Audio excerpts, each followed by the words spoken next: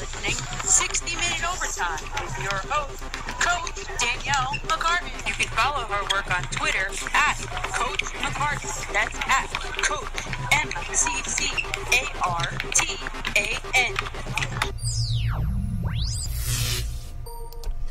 Hi, everybody. Another week here at 60-Minute Overtime. This is our, believe it or not, 6th week running here. So, hello to everybody listening online across the country, literally, and on our still new to us, 90.3 FM station. I was doing a little bit of testing with this 90.3 FM. We are located in Mahwah, New Jersey. Obviously, Mahwah gets this station. A little bit of Franklin Lakes does. A little bit of Oakland, a little bit of Ringwood, and a little bit of Wyckoff, actually. And that's as far as my testing has gone, but that's pretty cool. So hi to you guys that are listening on the actual radio. How do I sound? The show keeps getting bigger and bigger each and every week. Last week, if you guys tuned in, the highlight for me was to talk to Chris Carlin from SNY. That was pretty cool. This week, Andy Smith from the Bro Down podcast is back, and he brought a friend this week, former Arena football wide receiver and Monmouth University football alum Shane Sharpley. They will be here in about probably 4 or 5 minutes. So we'll get to know Shane in a second, and of course Andy will be giving the MMA UFC recap. And we really want to take your calls this week. Please call in. So I've generated some hot topics that are plenty controversial. Finally, Shane will double as the UFC expert along with Andy. And they, of course, will recap and discuss last night's pay-per-view male McGregor versus Diaz fight and the female Holm versus Tate fight. And I didn't watch it, but I saw social media was going absolutely crazy. Apparently, there were 2 huge upsets. I don't really know, but I'm sure Andy and Shane, they're already pumped about it. Andy texted me this morning and said he can't wait to talk about it. And Shane, I'm looking forward to interviewing him, too. We'll get to know him a little bit first, and then we'll go into the hot topics, which I have 3 for you guys. So number 1 is going to be the New York Yankees and Aroldis Chapman have settled on a 30-game suspension, or MLB and Aroldis Chapman have settled on a 30-game suspension for a supposed domestic violence something that took place. We'll get into that. The Rams, originally from St. Louis, originally from LA, had been playing in St. Louis, and now they're back playing in LA for next season. It's a huge story, really, because people of St. Louis still are not letting go of the team, and they're doing everything they can to try and, I guess, get them back. They're pretty much already gone, though. But I did speak with Brian Leonard. He was a Rutgers running back, and he was drafted by the Rams in 2007 in the 2nd round. So I talked to him, and I thought that would be a cool question to ask him. So he gave a great insight into that. Brian, he seems like a very smart, intelligent guy. So he gave a good response. Might not be what you guys are thinking for him to say. And then we previewed it last week a little bit, Andy and I. We were talking about the objectivity or the non-objectivity of women in sports. I think it's huge right now to discuss something like this because of the Erin Andrews controversy that is going on. We previewed it a little bit last week, and we will give you just a couple seconds of background information so that hopefully you guys can call in and give your opinions about these things. So what I'll ask is that we'll go through each of the segments. And, towards the end of the segment, if we see the phone is ringing or if I see the phone's ringing, I'll click you in and then just obviously keep it clean. We are on FM now, so we have to watch our language, keep it clean. And following those hot topics, what we'll do is we will break into the segment of UFC and conversation. And they're really going to take that away because I'm not too well versed in that. But I'll participate as best as I can. As a competitor, as an athlete. Spring sports here are on the way in North Jersey. I was playing softball or coaching softball pretty much all weekend. Came right from the field to here. It's freezing outside, and it's been cold all weekend. But luckily, we were able to work in the one of the indoor facilities on the turf field. I'm covered in turf. It's okay. I'm also, if you guys can see me, I'm going to post this video online. I got a camera going on over there. So if you could see me, I'm rocking my, what's this called? Arena Football League, because obviously Shane Sharpley was an arena football player. I'm rocking my Philadelphia Soul Arena Football League jersey, number 3. Let me turn it around. Bon Jovi. He's actually, or was actually, an owner of the Philadelphia Soul team. Rumored Bon Jovi to be wanting to look at in purchasing the Tennessee Titans. So we'll see what happens with that. Also, breaking news this morning, as soon as I woke up, Twitter was going crazy. Peyton Manning is expected to announce his retirement on Monday, tomorrow, in a formal press conference. I think everybody kind of knew that was coming. Glad that he went out on top. This controversy surrounding him, we don't know, but, I mean, you can't deny the numbers he put up. They were absolutely impressive, incredible. So the game will miss, I'm sure, sorely, Peyton Manning. And this week we also are going to give away, or I'll give away, an ESPN Prize Pack, because obviously we'll be talking Erin Andrews. And I got a couple T-shirt, mug, everything set up for you guys for that. So you know what we're going to do with that? We're going to give away the ESPN Prize Pack to the first person that calls in and participates in our discussion here today. So hopefully that'll work. And the phone number to call in, just so you guys know, is 201-825-1234. And we have Andy and Shane just walked in. How you guys doing? Hey, Andy. What's up, everybody? Shane? What's going on, guys? Wow. Okay. Cool. So I just gave up everybody the rundown for today. We are going to give a giveaway, an ESPN Prize Pack, that is, T-shirt and everything. I'm sure you guys are really amped about the UFC fight. I said to everybody, you were texting me already, that this was crazy. Yeah, it was insane. An upset, I'm sure, on both levels. So yeah, big time. So what are you talking about right now? We just kind of in. Right now, Shane, if you don't mind, I know you just walked in, but we can get started so everybody can get to know you. And then we'll take it from there to the hot topics. Cool? Yeah. And also, I have the video going on over here, guys. What's going on? Adjust that. I'm going to see if I can post that onto YouTube, and we can get the audio going with that in together. You got a little chicken salad there? Yeah, I launched a chicken wrap. Nice. I accidentally took the green wrap. I thought it was white. I don't really like the green, but no, it's okay. It's still recording. Okay, so Shane Sharpley, arena football wide receiver. Hey, did you notice what I'm wearing? Nice Philly Soul. A Philly Soul, right? There you go. Look at that, Bon Jovi on the back. Nice. So Shane, you are you went to Monmouth University, played a couple with 3 different teams in the Arena Football League. Yes. Andy warned me about this. He told me, please don't ask him about Miles Austin. But I think people would think I was kind of dumb for not knowing, at least. So we'll touch on it, and that's it. So wide receiver, so is Miles Austin. Yes. What was it like playing with a guy that ended up playing in the NFL? Miles, he's a great dude. We were really good, really close in college. Really nice guy. And, he had a few good years in the NFL. Unfortunately, he was plagued by injuries. He's still a free agent. I don't know where he's going to go from here, but I hope he gets picked up. And he's still playing? Yeah, as of now. He hasn't retired or anything.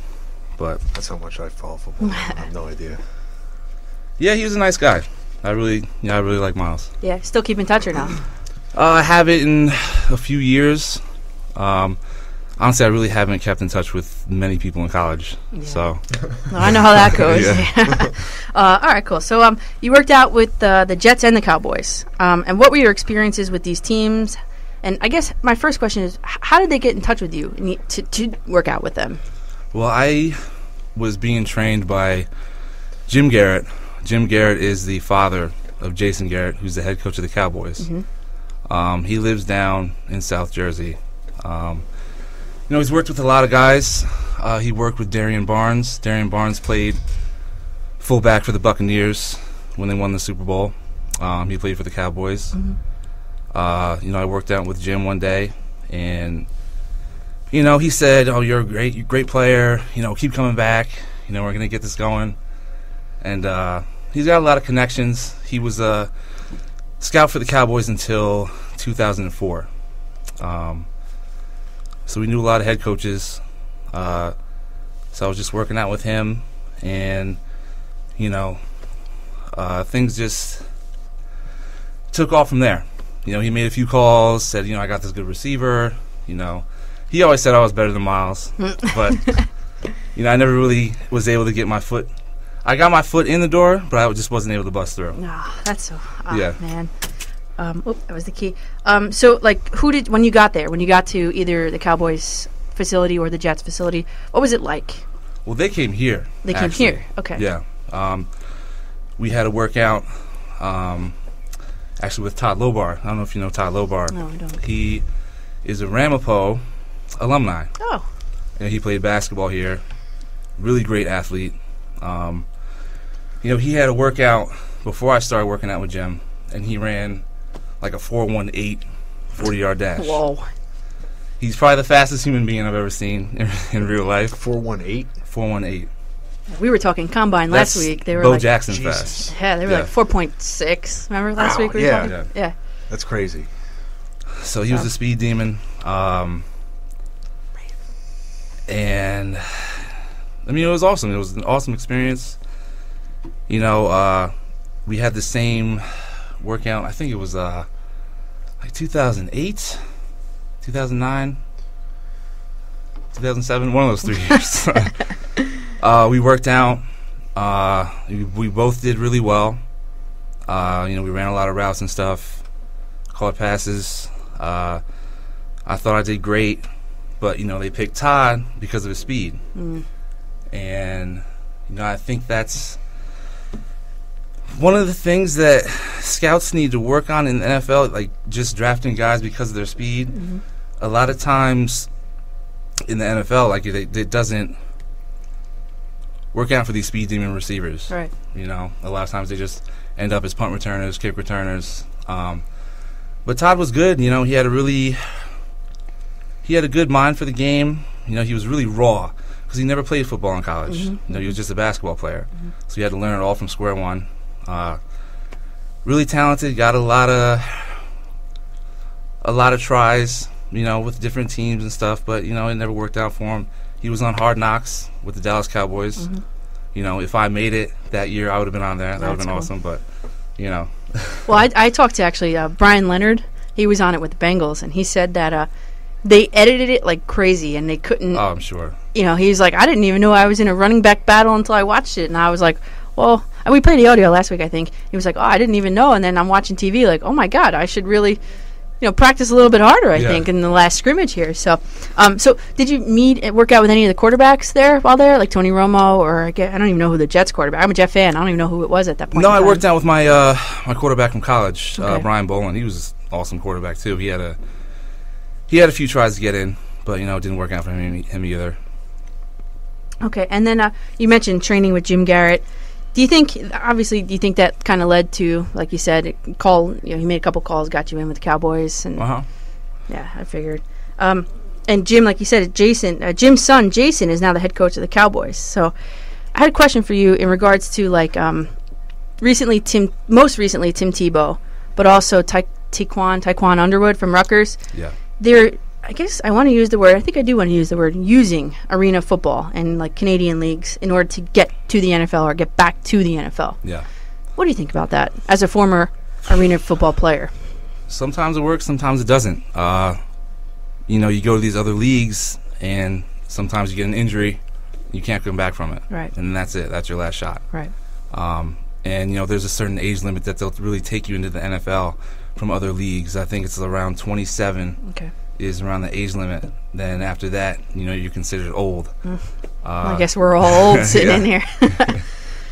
and then I guess the positive side of it would be what? You just continue to continue to play. You get to continue to hone your skills, and if you do get that opportunity, you'll be ready for it instead of just sitting around waiting for a call from an agent. Right. I think Underwood is putting together like a highlight reel or whatever from wherever he's playing. And there's another guy, quarterback Gary Nova from Rutgers, who is doing the kind of sit-around thing. Yeah. It's risky. Yeah, I know. It's really risky. Yeah, for sure. And then in your 3 to 4 year career in arena football, I know it's different in a couple different respects. What are the similarities and differences between the NFL and arena? Like the top 2 or so. Arena is it's a much faster game, much faster paced game. Mm-hmm. You know, the field is only 50 yards long. Right. It's a lot of scoring. Yeah. You know, it's really fun. You know, you play in these enclosed arenas. You basically play over a hockey rink. You know, that's really? covered in turf. Mm-hmm. So the fans are like right there. Yeah. It's extremely loud. You know, but it's great. You know, it's football. So. Professional football. Yeah, exactly. Do they have on the sidelines? I know that they have the barriers or whatever. Does that make it like? Do guys get injured on those a lot or no? Oh, you'll see guys get flipped over there all the time. Yeah, because I would imagine that would twist you up. Like when you guys get hit, I kind of they roll. Yeah, it's just I always felt like that's just an invitation for broken legs and rolled ankles. I don't know. It is dangerous. They just do that because the field is so small and they can't widen it up to have have the outside. Yeah. It's so small they just use the barriers as a sideline. Right. You know, right. once you hit the pads, then you're out of bounds. Does it hurt when you hit those pads? No. No. It's like a good 6 inches of padding. Oh. Yeah. So, but you know, football is football no matter where you play, Mm-hmm. and it was a great experience. Cool. All right, so we are going to start our topic train. So here's what we're going to do. I'll give everybody a background information about what it is we're talking about, and then if you see it, we'll give our opinions and talk, and hopefully while we're talking, the phone will ring. Again, guys, the phone number to call in, 201-825-1234. Okay, so the first thing is going to be Aroldis Chapman, suspended 30 games. This was breaking news the other day. I actually wrote a piece on this on the Bronx Pinstripes Yankee blog. So I'll just read it. It's very short, and it'll give everybody a little context of what we're talking about here. So Aroldis Chapman, who is a pitcher, now with the New York Yankees, formerly with the Reds, will miss his first 30 games in Pinstripes due to an infringement upon the new and improved MLB domestic violence policy. According to the policy, the commissioner will decide on appropriate discipline with no minimum or maximum penalty under the policy. Players may challenge such decisions to the arbitration panel. Chapman, in an official statement, said that he would not be appealing the suspension, as he had previously said he would. The 30-game suspension will cost him $1,856,557 of his we'll round it off, $11.3 million salary. Chump change, right? Yeah. According to police reports, when Chapman was with the Reds, the 27-year-old pitcher pushed and choked his girlfriend on October 30th, 2015 in their home in Davie, Florida. Apparently, there were gunshots also fired in the garage. There were no arrests made that night, although his girlfriend was found hiding in the bushes until police officers arrived. Joel Sherman of the New York Post noted that Chapman is still allowed to participate in spring training and exhibition games, but will not be allowed to prepare for the season in the minors once the season starts. He'll be limited to working out in Tampa. Without any rainouts, expect Chapman to make his first appearance Monday, May 9th at home versus the Royals. And I'll just read the full statement from Chapman here. He said, "Today, I accept the 30-game suspension from Major League Baseball resulting from my actions on October 30th, 2015. I want to be clear, I did not in any way harm my girlfriend that evening. However, I should have exercised better judgment with respect to certain actions, and for that I am sorry. The decision to accept the suspension as opposed to appealing one was made after careful consideration. I made this decision in an effort to minimize the distractions that an appeal would cause the Yankees, my new teammates, and most importantly, my family. I have learned from this matter and look forward to being part of the Yankees' quest for a 28th World Series title. Out of respect for my teammates and my family, I will have no further comment." Whoa. Reactions.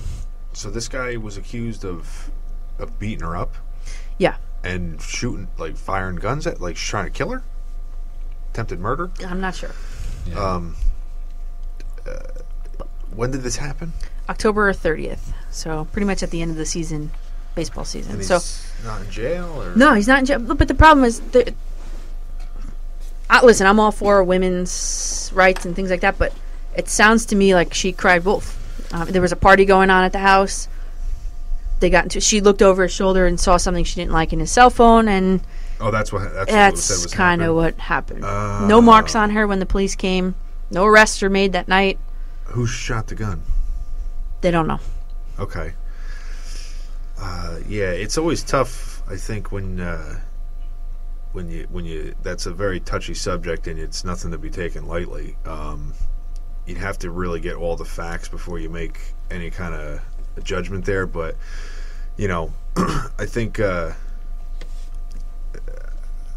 has to be investigated before they jump to any kind of suspension. Maybe for the time being, they should say pending and whatnot. But if it's a gray area, I wouldn't just tarnish everyone's record, because if it ends out he's come out, he didn't do it, it doesn't matter. That's going to be printed on page 39 of the sports section, whereas this is on page 1. So, right. But at the same time, right. If he did do it, then I hope he gets everything that's coming to him. Yeah, you know what? And just to take the suspension, to me, cries guilt. Yeah. Instead of trying to fight it. Yeah.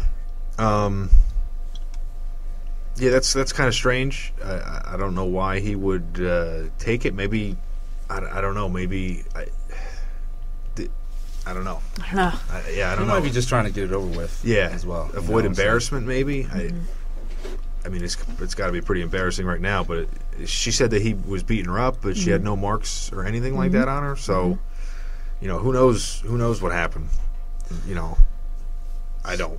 Yeah. There's more than one side to every story. Right. Yeah. That's what it boils down to, I think. So, I mean, 30 games is not a lot. A-Rod was out all of last year. Oh, yeah. Baseball is like 100 and some games a year, right? Yeah. Yeah. 182. Yeah.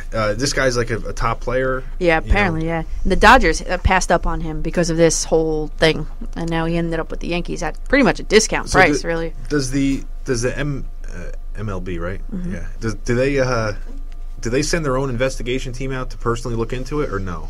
I'm not sure. I think it sounds like they just gathered the police reports and did a little internal investigation, but I don't think they actually sent out people into the field. Because I know with the UFC, because there's been a couple in the past year or two, there's been a couple like high-profile cases of this, and I know that they send out their own team, because whether it go in favor of the guy being accused or not, or being innocent, like they do their own investigation. If there's anything that's considered like bad conduct, even if the guy gets released of the charges, they'll still fine him and suspend him for it if they find that he was doing stuff that wasn't supposed to be. That's in theory what they're doing that for. So right. I think that they got enough money. They should be looking into this. They should be trying to hire people to look into this and find out if it's true. Or not. Yeah, because the loss, legally he could be innocent but still guilty. Right. Yeah, especially in the media for sure. Yeah. Yeah. All right. Still no phone calls. No. That's funny. Well, I am giving away an ESPN Prize Pack for the first person to call in. So. Feel free, what's everybody. the prize pack? It's a T-shirt, it's a mug, it's a couple air fresheners, all with the ESPN logos on it. I think a necklace or a lanyard or something. What's the number again? It's 201 825 Okay. 1234. If anybody out there listening. All right, we'll move on. We'll go to... I'm going to post it onto our account here on Facebook. Okay. Okay, so the next thing is the Rams. The St. Louis Rams, the LA Rams. Well, they're actually moving back to LA after 20 years. I caught up with Brian Leonard, like I mentioned before, running back, Rutgers alum, and the St. Louis Rams' second-round pick in the 7th round of the 2007 draft. I figured a former Rams player would offer an excellent first-hand insight into this highly controversial issue. So I'll get that on for you guys right now. You can listen to what Brian Leonard said. You spent some time in St. Louis, and now the Rams are moving to LA. What are your thoughts on that? I was only there 2 years. I didn't really get a total feel for the city, I know, but I think LA needs a team. LA is the third biggest city in the country, and the Rams used to be out there, so I don't think it's going to be a drastic change. They still have fans out there, and they're going to have, I'm pretty sure they're going to sell out the stadium the first year just with the fans they still have out there. So, I think it's a good change. I know the fans out there are really mad about it.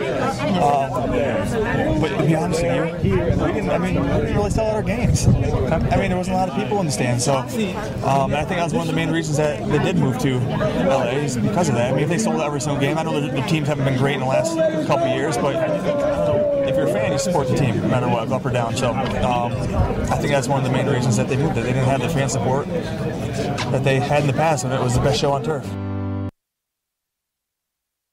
All right, so you heard Brian Leonard calling it the best show on turf down there in St. Louis. So the fans of St. Louis are not happy. They have filed not one but 2 lawsuits against the Rams organization. And in one lawsuit, which I don't know if they're wrong for doing this, I'll be honest, but in one of the lawsuits, the several fans alleged that the team violated Missouri's Merchandising Practices Act. The Rams acted with, quote, this is according to the lawsuit, deception, fraud, false pretense, and false promise, end quote, in their regards to their move. The 4 fans who filed the lawsuit are hoping to win a settlement that would force the Rams to reimburse anyone who bought team merchandise between the years of 2000 and 2015. The fans say in their allegation of deception and fraud that this is in fact justified because Rams owner Stan, I think it's pronounced Kroenke, promised on multiple occasions to keep the team in St. Louis. And this is a quote from him to the St. Louis Dispatch in 2010. He said, "I'm going to attempt to do everything I can to keep the Rams in St. Louis. People know I am an honorable guy." The Rams COO Kevin Demoff said in 2012 that he was trying to build a winner in St. Louis now and for, quote, 2032 and beyond. Their first public acknowledgement of this fact that they were going to be moving was on January 4th, like a month ago or 2 months ago, when defendants filed the application to relocate the St. Louis Rams to Englewood. So the problem is that it sounds like they knew what was going on before they even did it, and they duped the fans into thinking so. Haven't they done this in the past with other teams? Like, didn't they just pick up the Titans, the one, or the what were they used to be? They were the Houston Oilers. Houston Oilers, and they just picked up and went to Tennessee one night. They didn't even tell anybody. Yeah. They didn't get sued, right?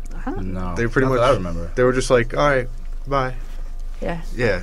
Oh, and then the other lawsuit against the team was filed by personal seat license holders in St. Louis. And personal seat license holders, what it is that you pay like a really large down payment on your chair. Like, you own the chair in that stadium, and then you pay per game. For life? For life. Oh, wow. You would own that I can see chair. those people having a lawsuit to get their money back. Right. So they said, and the attorney that filed the suit, which his name was David Bohm, said that the PSL agreement signed by his clients gave them the right to purchase season tickets for the assigned seats for each and every football season through the year of 2025.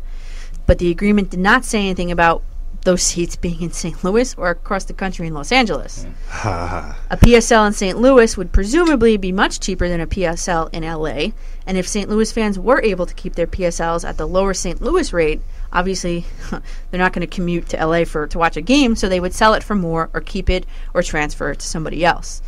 The Rams are not going to let that happen, obviously, fans making money off of things like that. So they state that it is our position that the PSL holders should be allowed to either purchase tickets in LA or to transfer their PSLs to those who want to purchase season tickets in LA.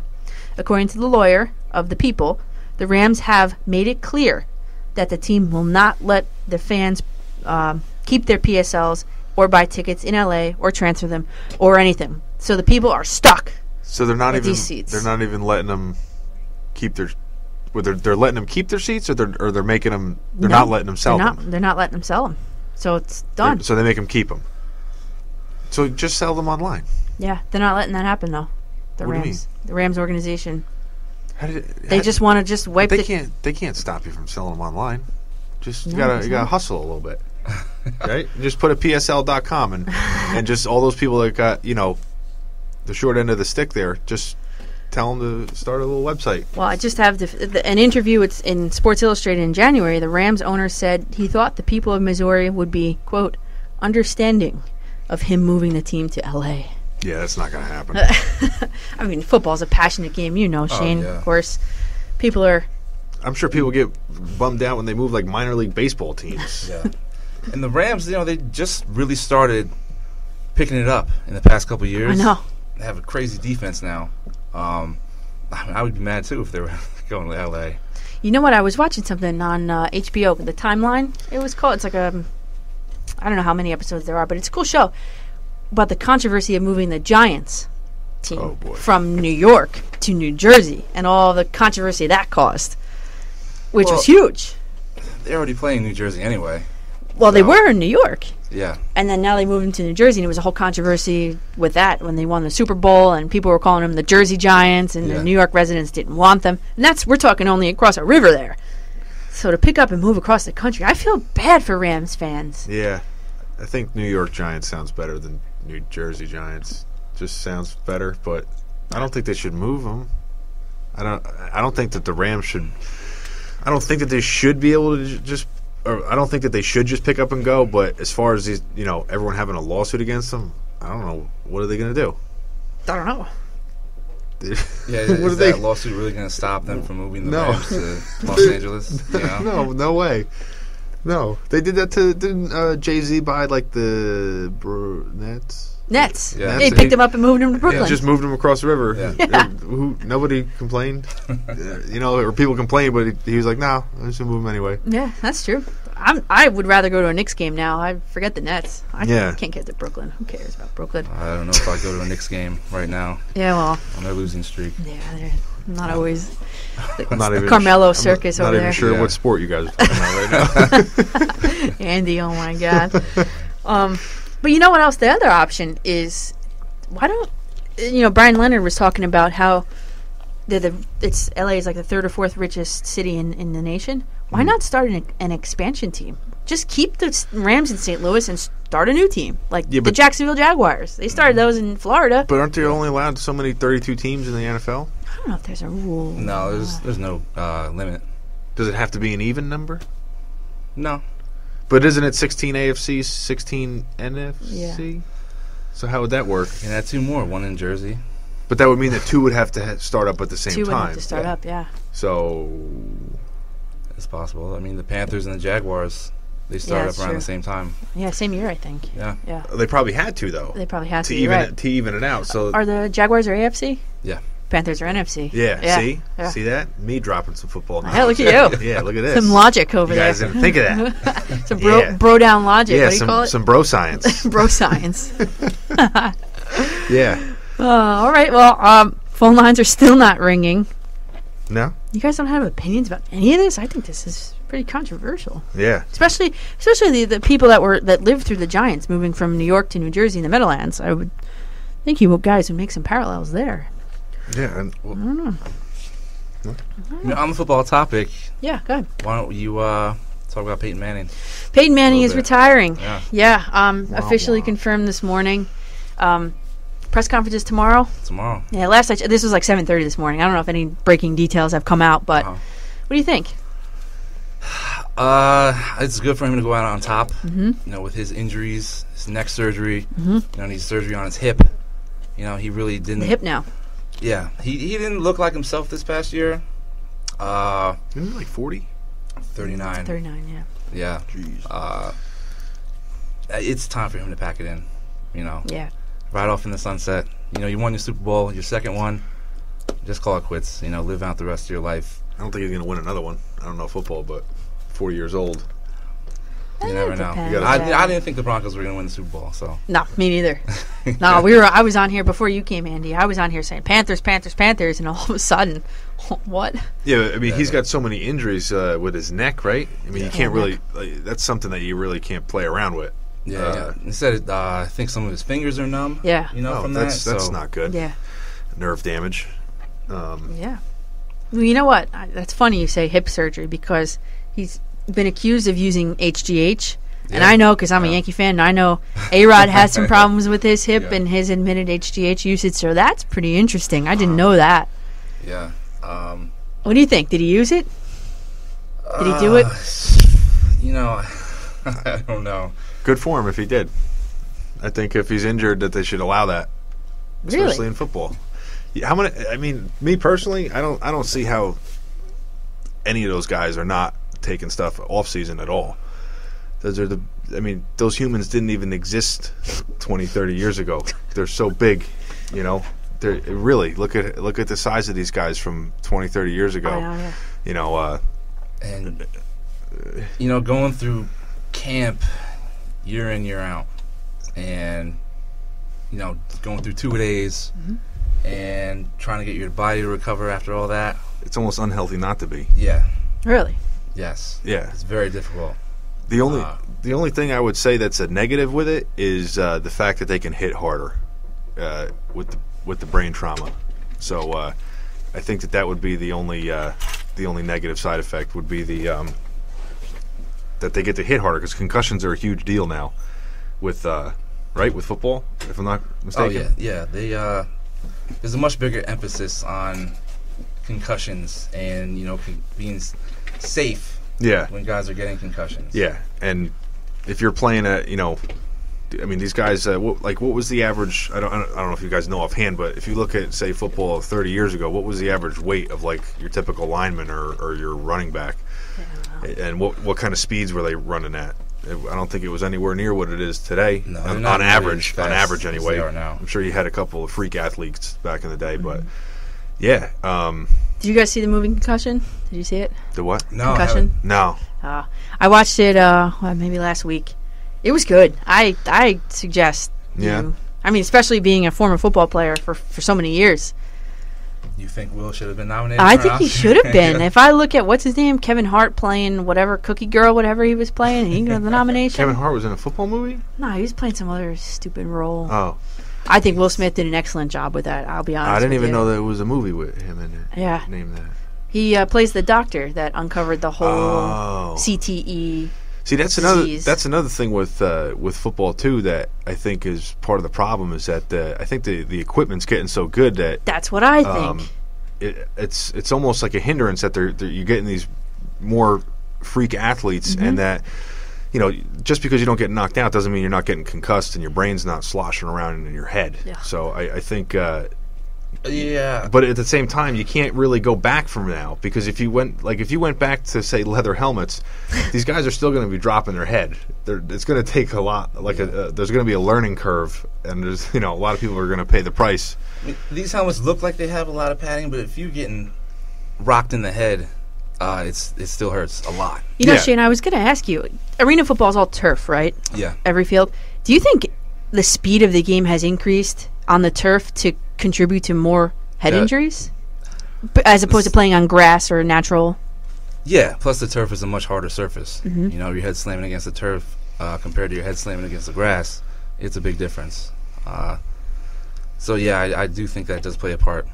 Hey, we have our first phone call. Oh boy, let's see who it is. All right, what's your name? Where are you calling from? You're on 60 Minute Overtime. Reno. You know where I'm from. What's up, man? What's going on over there? What is the what's the question of the day that you got to ask them, or you have to for the package? Well, first, you are the winner of our ESPN Sports Prize Package. Oh, caller doesn't even have to answer. No, not this week. You just got to call in and give. What topic are you calling about? Whatever is the topic of the day. Okay, well, we're talking about concussions right now. Do you have any opinions about concussions or Peyton Manning or Aroldis Chapman? A movie that came out about it or something like that. Say that again? Didn't they come out with a movie about concussions in the NFL? Yeah, have you seen it? No. You should What see did I it. win? What's that? Did I win anything? Yeah, you want a ESPN T-shirt, mug? It's like the most selfish caller of all time. Well, I didn't call up and they said they won, so I got to know what I won. Andy, this is your brother? Yeah. Oh, my God. Yeah, I posted the phone number on Facebook, and who knew he won something for free? Oh, my God. Yeah. What's on over there, boys and girls? Nothing. We're talking about concussions, but obviously you sustained too many to be on the phone right now. Well, I got a question for you. How many concussions are you allowed to have in the NFL before they say no more? I don't know if there is a limit. Yeah, there's no limit, but just keep getting them and just keep playing? You can get them, but then you have to go through a bunch of concussion tests, and they will keep you out for a couple weeks if necessary. It ends people's careers early, though. Like Wayne Corbett with the Jets, I know for sure. He sustained too many, and he retired early. He used to get hit hard. Yeah. And they get, like, how's the helmet? Like, they go through a helmet every game or season or game, or how's that work, too? Every game, right? No. I mean, you wear the same helmet. If you need a new one, you'll get a new one. They switch them out every game or no? In the NFL? No? I thought they did for some reason. I thought they did, too. I don't think they really... Unless you ask for it, I don't think they do. I'd be asking for a new one every half. Me too. Because you get your helmet, and you have it fit just right, so you don't want to have to go through that every week. Yeah. What does a helmet cost? That's what I want to know. I have no idea. I think you could buy an authentic one online. $200. Yeah, for like $350, $400, I think, online. So it depends on the model and make and model of it too. The Riddell Speed ones are obviously the newer ones. They're more expensive than the old school ones, really. Yeah. So. All right. What's the question of the day? There's no question of the day. I thought there was a question I had to answer or something. No, we made it real easy this week. All you had to do was call. Work our way up slowly. Number, right? Yeah, you did. Yeah. So, all right. Thanks for calling in there, Scoober. All right. Now, All right. I'll get your I'll get your package in the mail. Just DM me or Facebook me your address. What about just giving it to my brother? Oh, yeah. Well, I don't have it with me now. I can give it to him next week. That's true. All right. All right. Thank you. Later. Thanks. Well, it's doesn't go. You think I know not a lot about sports other than fighting? My brother knows way less than I do. Well, you know what? We're keeping the theme of family members calling in, Andy. Yeah. Last week her mom called in and she won a coffee. Free coffee. Oh, yeah. I forgot about that. I forgot about that. Yeah. Oh, Mom. Yeah. Sorry. So what else we got on this topic train and then here? the topic train. The last one is the objectivity or non-objectivity of women in sports. Okay. I got two. What are you guys? 6'4", huge guys in here, and I'm 5'3" with shoes on. And I hope we have differing opinions on this. I hope. I have here written just some information here. Short skirts are required of female tennis players, like Venus and Serena. They have to wear skirts. Why can't they wear shorts? Women's arena football uniforms are basically like bikinis. Men's, they're actual football uniforms. I coach volleyball, and those volleyball spandex have shrunk to about the size of underwear. Men wear shorts when they play volleyball, men's volleyball. And Sports Illustrated, the swimsuit edition, is only female. No males, I don't think, have ever been featured in that magazine. So, which leads me to my next thing. This is kind of cool, actually.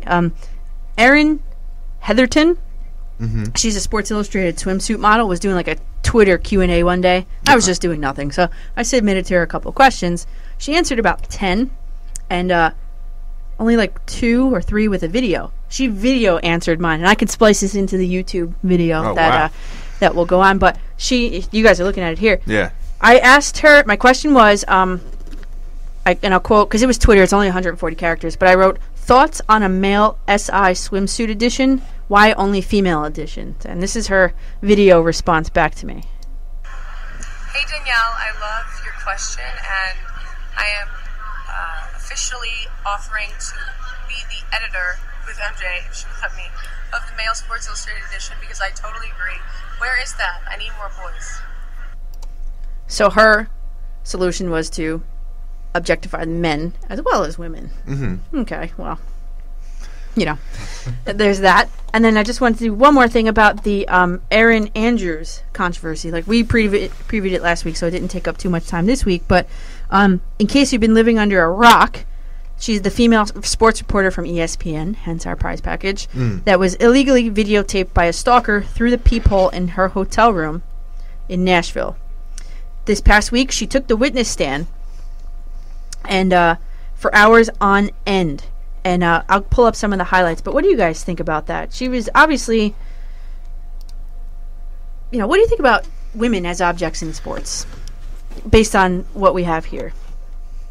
Well, I think that a big part of that is the fact that they know that it sells more, and it's more of a moneymaker, I guess, if you bring the whole like I guess you could say like the objectifying kind of stance in there, where like you're putting them in bikinis when they're playing football and whatnot. Because was there a football league for women before that one? Not that I know of. Yeah, so like you know what I'm saying? It's almost like, I don't know. I don't necessarily think that it's necessary, I guess, but I guess over the course of time, it's proven that it does sell more.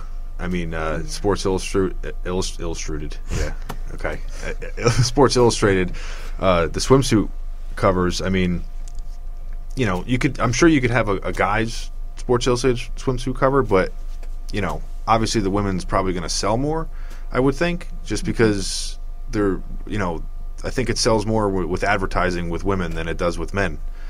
I don't really see a whole lot of, Coors Light commercials with guys running shirtless, Well, here, listen to this. This is the Erin Andrews.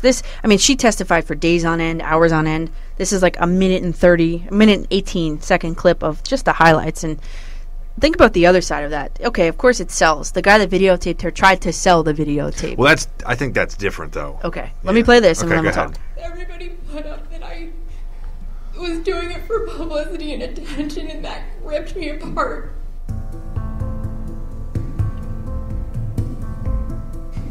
Probably for like 3 months, everybody thought it was a publicity stunt. The front page of the New York Post said ESPN scandal. Erin Andrews testified in a $75 million lawsuit against a stalker who filmed her through the peephole at the hotel where she was staying. Do you feel grief about this? I do. Do you feel shame about this? I do. I feel so ashamed. This happens every day of my life. Either I get a tweet, or somebody makes a comment in the paper, or somebody sends me a still of the video to my Twitter, or someone screams it at me in the stands, and I'm right back to this. I feel so embarrassed and I'm so ashamed. This could have been stopped. The Nashville Marriott could have just called me and said, "We're putting this man that requested to be next to you. Is this okay?" And I would have called the cops and we would have gotten him. It could have stopped this, and I'm so angry. I'm so mad. So there's the other side of that. So I think I think it's a difference though, because she obviously I don't think wanted that out there. She didn't like pose for a swimsuit cover. Right, it was okay. some creep going in there, which is, it's not like she signed a release saying like, "Yep, I totally sign off for this." So there's that aspect, and I think that once it happened, now obviously she feels like she was violated because she was, so she wants some justification. So I think she's going after the deepest pocket, which is the Marriott Hotel. It's it's the creep's fault, and it probably could have been prevented, but at the end there it seemed like she was more trying to go for the lawsuit, which she's obviously filing. So yeah, what do you think, dude? I don't know, what do you think? Just about, I guess, anything really. I think it's unbelievable that the hotel would give out that kind of information. I mean, there's got to be some sort of privacy. Yeah, there's not. There's not. They had one of the. They gave some random guy her hotel number. Yeah. And I mean, what if it was worse? He could have been a serial killer. Yeah. It's insane. It's crazy. So I understand her lawsuit. I mean, I hope she wins it. Yeah, me too. Yeah, well, it'll definitely get the rules changed for sure. Yeah. But I don't think that that's so much linked with the like the swimsuit cover kind of stuff, because it wasn't like the swimsuit cover, like what you're getting into. You're agreeing to have your photo taken, and you're agreeing to be this model. Like the whole reason is because of your looks, and it's not really a secret about what comes along with that, with why you're doing it. So I think that's a totally different thing when somebody like takes it without your knowledge and without your permission. Right. It's a big difference there. What do you think about the as far as like the swimsuit covers and all that stuff with the? I think Sports Illustrated needs to get with the times.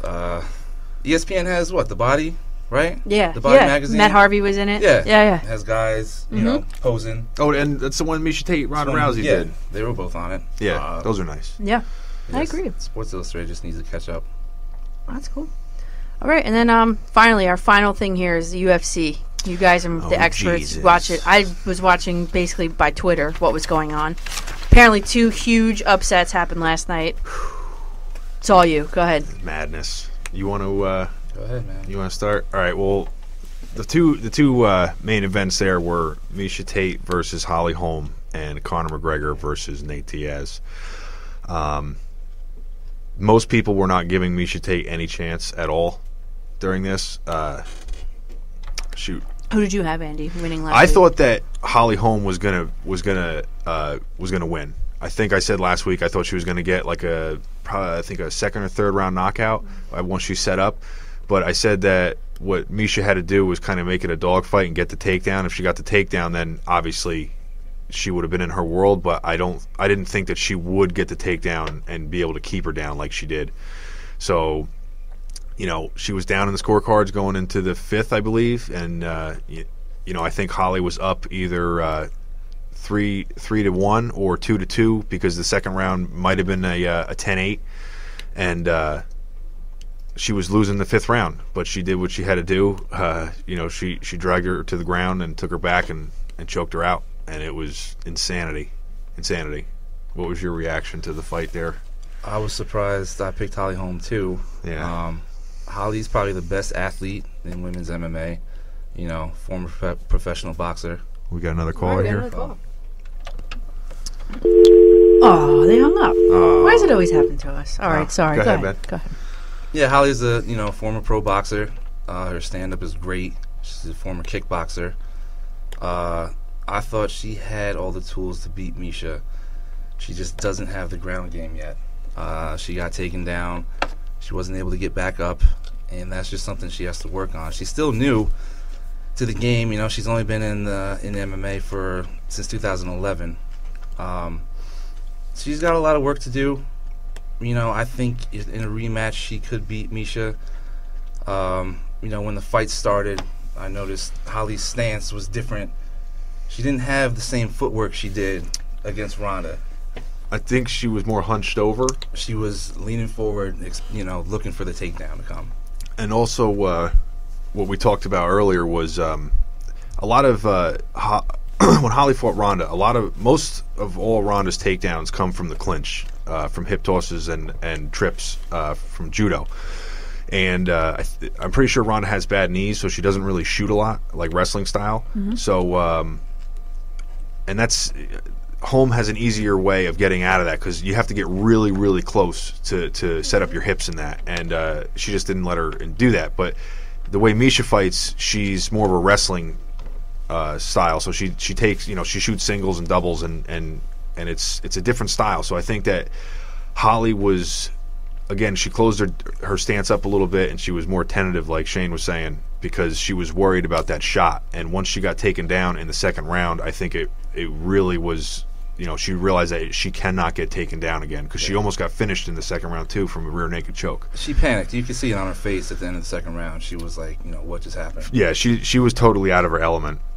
That's what the psychology. We had a sports psychologist call in 2 weeks ago. Yeah, about Ronda Rousey. So he said about the letting on that you're shocked or surprised is not the way to go. Remember? No.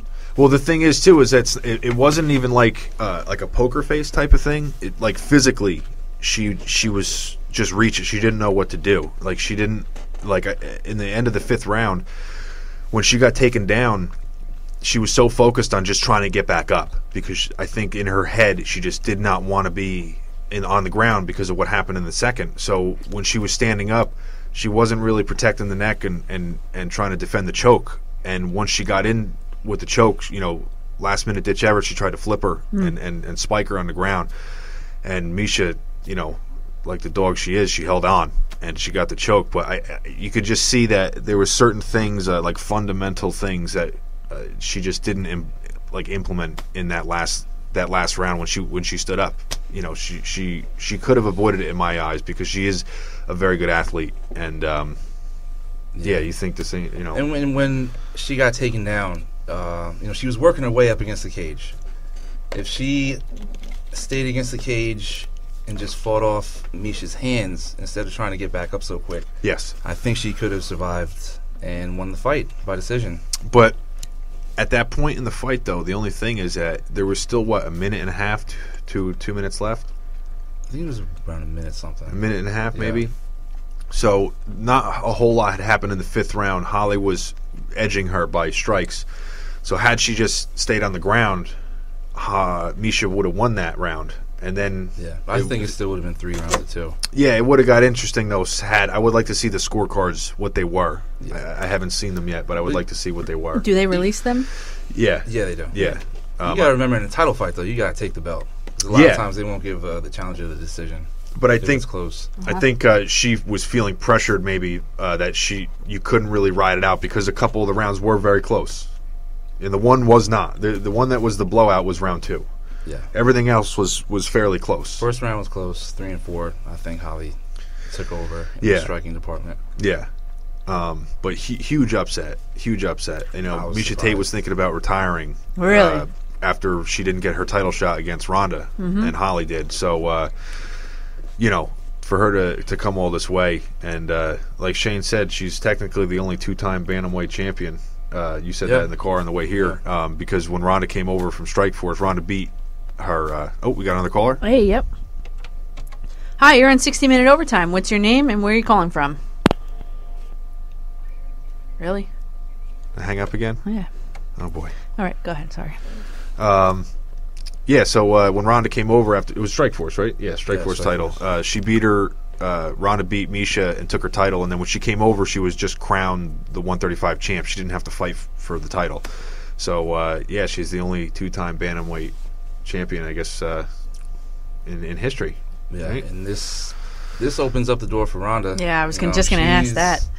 She's Misha's kryptonite. Yeah. And Even I know that. Yeah. Yeah.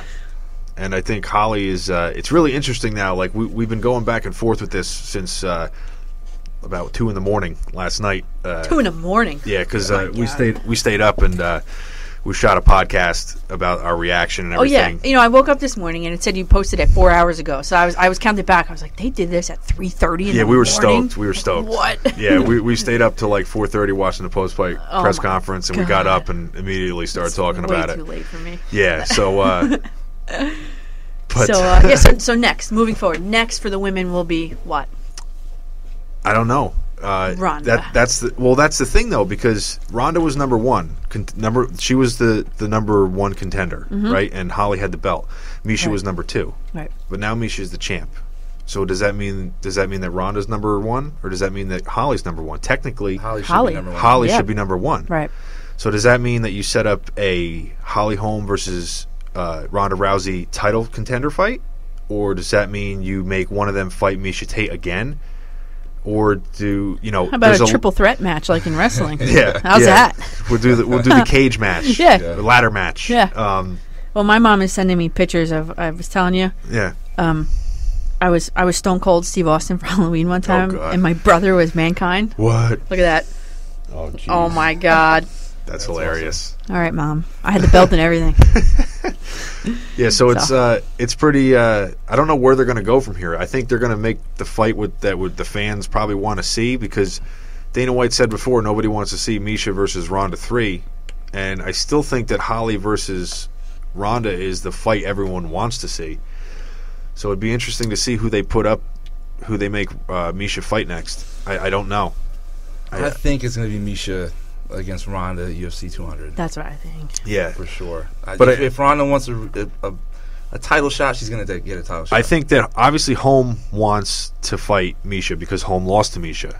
Yeah. I think that Ronda wants to fight Holm because she lost to Holm. I think Misha doesn't. She'd probably rather refight Holly because of her experiences with Ronda and the difficulties she faced with her. But I think it's going to come down to what Ronda wants to do, because Ronda has a lot of pull, I think, with the UFC, and I think that it's going to come down to what's more important to her, showing everybody that she can beat Holly or getting her belt back. I don't think she can come back right away and beat Holly. I don't think so she either. She has a much better shot at coming back and beating Misha. But now again, though, the game plan has been laid for what type of strategy you have to implement against Holly right now if she doesn't change those gaps in her game, which I think she will tighten up. Yeah. But it's obviously that a heavy wrestling base with decent striking. Like you have, just get her down. And if you're as good as Ronda is on the ground, if you get her down, eventually she's going to catch her if she gets her down. So, yeah. All right, and then over on the men's side, another upset, right? Yeah. Who'd you have, Andy, last week?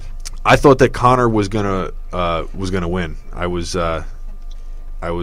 thinking that he was gonna pull it off, but I didn't think that it was as big of a gap as people said, because not a lot of people know Diaz unless you're like a hardcore fan. Mm-hmm.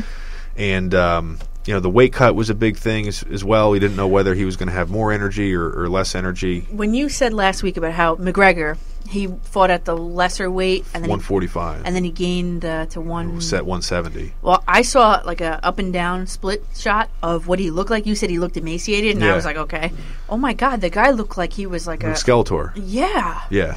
That's not healthy. No. Oh my god, I couldn't believe it. Like he has tattoos on his chest, and they were like sunken into his rib cage. Yeah. He looked like a skeleton that somebody painted. Yeah. It was like muscles on a skeleton. Yeah. But we definitely learned a lot from that fight. So who ended up pulling it out? Diaz. Diaz ended up doing it. The one thing that I said that if McGregor was going to lose was if he got sucked into a brawl.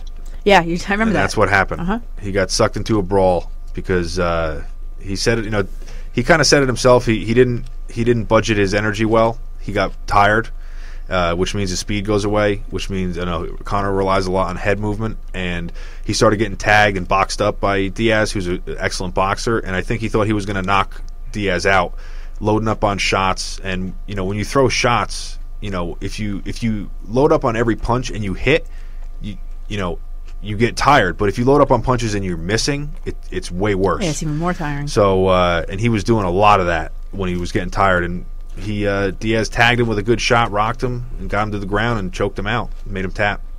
So I think we learned a lot from that fight. I think I'll let Shane talk a little bit here. Let's give us his thoughts, because he was picked Nate Diaz, he was picking Nate. Did you? Yeah, I did. Yeah, he was picking Nate. Like Andy said, if you know MMA. And the Diaz brothers, they're extremely tough guys. A lot of people were saying after all the press conferences, like, Conor's in Diaz's head, and, Conor's got the mental edge. But the Diaz, Nate, he really doesn't say much. He's there to fight. And mostly all of his fights, he's able to suck people in. Mm-hmm. He talks a lot of trash, puts his fingers in your face. They talk a lot when they're fighting, like, stuff we can't say on the radio. Really? Yeah, like the whole fight. You'll see them mouthing, and they'll do stuff like they'll slap you in the face mid-fight instead of punching you just to get you mad. Yeah, he does the good old Stone Cold 2-finger salute.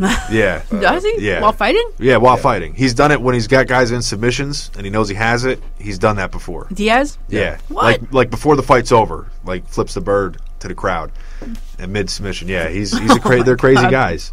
What? Yeah, McGregor got sucked in. He was overextending a lot. The first round, I think McGregor had it.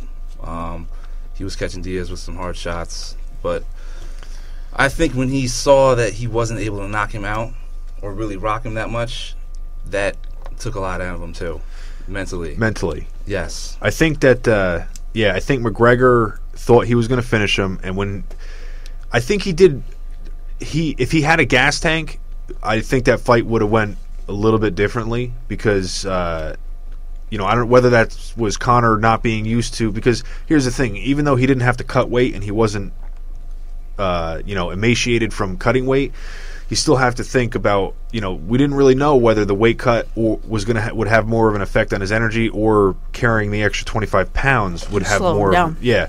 So I think that if he had more energy, because he did win the first round. He wasn't getting really touched in the first round. In the second round, you could see that his head movement and everything was just way slower. It was like he was walking through water compared to the first round. And I think it's the first guy he's ever fought that's had reach on him. And it's the first guy he's ever fought that's been taller than him, I think. And he did well. He did really well in the first round to against that. But I think when he didn't get the finish, and he said before, I'm used to touching guys with my left hand and then going to sleep, and you go up 25 pounds, guys can take a bigger shot, and I think that the 170-pound division might just be a little bit too big for him.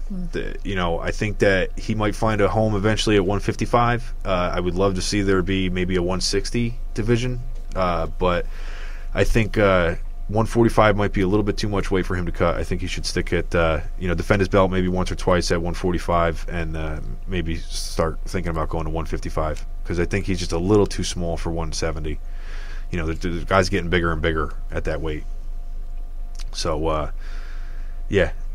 Final thoughts? You can't take anything away from Diaz, though. Yeah, from what Diaz was saying, he really didn't even train for the fight. He didn't spar.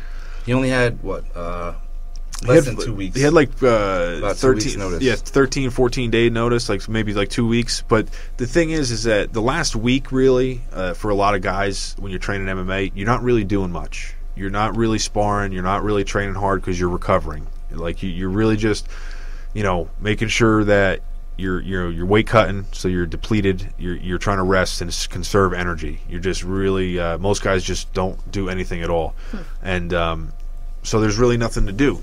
With the last 2 weeks, you could maybe get a couple sessions in, go over some stuff, but really, you don't want to burn yourself out. So he didn't really have a camp, but the Diaz brothers are known for their cardio. They're known for having hellish cardio. When you do triathlons in your free time, you really don't have to worry about training as hard. For a fight. And as far as the everyone hating, I think that McGregor's getting less hate than Ronda did when he lost, but I think that part of that is because, number one, he is a pretty humble guy in defeat. Yeah, I think so. He pretty much didn't make any excuses, said that it was all on him, and Nate, did what he had to do coming in there. I think that it's a good learning experience for him. I think he'll realize that he's probably got to put more emphasis on his wrestling and his ground game, and maybe his cardio. Or his wrestling cardio, but I think also he found out that 170 might be just a little bit too big for him. I think he comes back. I hope he takes time off because he did get rocked in that fight. I hope he takes at least 6 months off before he signs another fight. Yeah, I saw a Sports Illustrated or Sports Center photo of there was blood on the mat and stuff, right? There's always blood, yeah. Oh, usually always blood. Yeah. It was he was choking him, and it was just dripping out of his nose or whatever it was coming out of. Yeah, yeah. There's usually always blood on the mat. Ugh. Yeah. So, what's your final thought on the whole fight there? Props to Diaz, props to McGregor for going up in weight and taking the fight. He saw that it was too much for him. Yeah, 25 pounds is huge. Yeah. Yeah, and he knows what he has to work on, and he should just go back down to 145, defend the belt, hopefully against Frankie Edgar. That's what I'd like to see. Yeah, yeah. Edgar's been waiting for that fight. I think it'd be a good fight. I think it will show if McGregor's wrestling at that weight is up to par, and I think that I still want to see the Aldo fight because we didn't really get to see it. We didn't really get to see the fight, but I would rather see Frankie get a shot because he's been waiting for a shot for a long time. I think he deserves it, and I think that it would be a great, it would really cement Conor's spot at that weight if he beat Frankie Edgar, more so than if he beat Aldo again. Mm-hmm. It would mean more to his his stance at that weight. Yeah, for sure. Yeah. So, but yeah, crazy fight, crazy night of fights. It was insane. You guys were up late. Yeah. Oh my god. Yeah. I don't know the last time I saw 4:30. I don't even know what that was. As soon as those two fights happened, we were kind of sleeping, not sleeping, but we were falling asleep. There was a couple of guys over, and we were sitting on the couch. The last couple of fights before that weren't the best fights at all. Keep my eyes open. Yeah. Until the Holly Holm and then Holly Holm came up, and it was like somebody put 6 shots of espresso in front of us. We were just like, oh god, what's gonna happen? What's gonna happen? Yeah. And then when she took her down, it's just insanity. Just I felt you feel like a little kid when it happens. I would assume it's the same way with you guys in football. I'm just imagining all you guys that are 6'4", 2, whatever you are. Well, the thing is, jumping around the thing is, it's weird though, is that we don't really jump around. It's more of just an intense quietness. like it's a deafening silence because we're watching like every little move. Yeah. I felt like the outcast last night because I think I was the only one rooting for Holly. Yeah. You know, everybody else was rooting for Misha, and I was the only one rooting for Diaz. When Diaz won, I was jumping around. There And you go. everybody was like, "Oh my god!" Yeah. Well, yeah. Cool. I wanted to see Tate win because she's been number 2 for so long. Yeah. And I liked her. And I wanted to see her win. Not that I wanted to see. I wanted to see Misha win more than I wanted to see Holly lose. Mm-hmm. And I think it was the same way with McGregor. I wanted to see McGregor win more than I wanted to see. I didn't really want to see Nate lose at all. But it was just crazy night's fight. Crazy night's fight. But all in all, both in the Tate home fight and Diaz McGregor, they showed great sportsmanship afterwards. Yeah, that was cool to see. What matters, the amount of trash talk that they both talked. McGregor and Diaz, they embraced at the end of the fight. They gave each other props, and they, it's really cool to see that after a fight. These guys just went to war, and I think, from what I see in most other sports, it's this MMA has the most. I think the most camaraderie after a match or a fight or a game, whatever you want to call it. Especially considering what they're doing. I think that it's really cool to see that. I like the sportsmanship aspect of it for sure. That's why I really can't stand Ronda Rousey. Well, that's another. We talked about that. Yeah. I think that's why she got so much hate, and I don't think McGregor's going to get it. No, I don't think so either because what you just said. Yeah. So. Yeah. All right. Well, Shane, you were my first in studio actual guest. So Thanks for having me. Thanks for coming. I mean, you came from far away. Yeah. So thank you. Yeah. No problem. Cool. So that's concludes another week here. We had some callers and some not phone callers. Some prankers or some people that some shy hung people. up too early. Yeah. Yeah. Give us a chance here, everybody. All right, we're working on it. Okay. So your brother, I'll bring in the ESPN Prize Pack for him next week. I'm sure he'll be ecstatic because he has so much sports memorabilia. He's a big sports fan. That guy. Yeah. So just to recap, we did the hot topics, which I thought was kind of cool. I wish we had more callers, especially on the FM channel. Yeah. UFC was all you guys. Next week, I think I want to go into the domain of athlete wellness, and I'll have on the owner of Parisi's, if all goes according to plan, Parisi's in Wyckoff, trainer. Remember last week when I talked to the guy that did the NFL Combine, Steve Longa. Yes. His trainer. Okay. He's got this new, I forget the name of it, a way of training athletes, and apparently they swear by it. I don't know. I could look it up. I could send it to you. Those things come up all the time. What? Those new methods. Yeah, new things, yeah. In teaching, too. It's the newest thing. So, and then I also had interviewed, a long time ago, I'm finally getting her on, the Giants eye doctor. Oh. Really? Because that's a part of wellness, too. You get your eyes checked and everything that's like that. That's part of the concussion thing, too. How they check your eyes a lot with that. That's a big, Yeah, so I'll edit that down, and we'll have that for sure. I think Corey, the owner of Parisi, might come in. Oh, that's going to be awesome. So I'm trying to orchestrate it all, but athlete wellness may be the way we're going next week. So Shane, if you want to call back in, I mean, I'm sure. I don't know if you want to take the drive here. You're more than welcome anytime. So. Thank you. All right, so that's awesome. It, Can't wait for next week. Yeah, next week should be fun. Thanks for everybody listening, both online on the internet across the country, for real across the country. Yeah. 90.3 FM. I was telling the people when I first started, I picked it up in parts of Oakland. Ringwood, as we know. Yeah. A little bit of Franklin Lakes, a little bit of Wyckoff, and that's pretty much as far as I was able to experiment with Mawa, of course. So. Yeah, I think a lot of people listen on the internet too. Yeah, it's also a lot clearer. It is? Yeah, I think so, because it's a steady feed. Yeah. Yeah, for sure.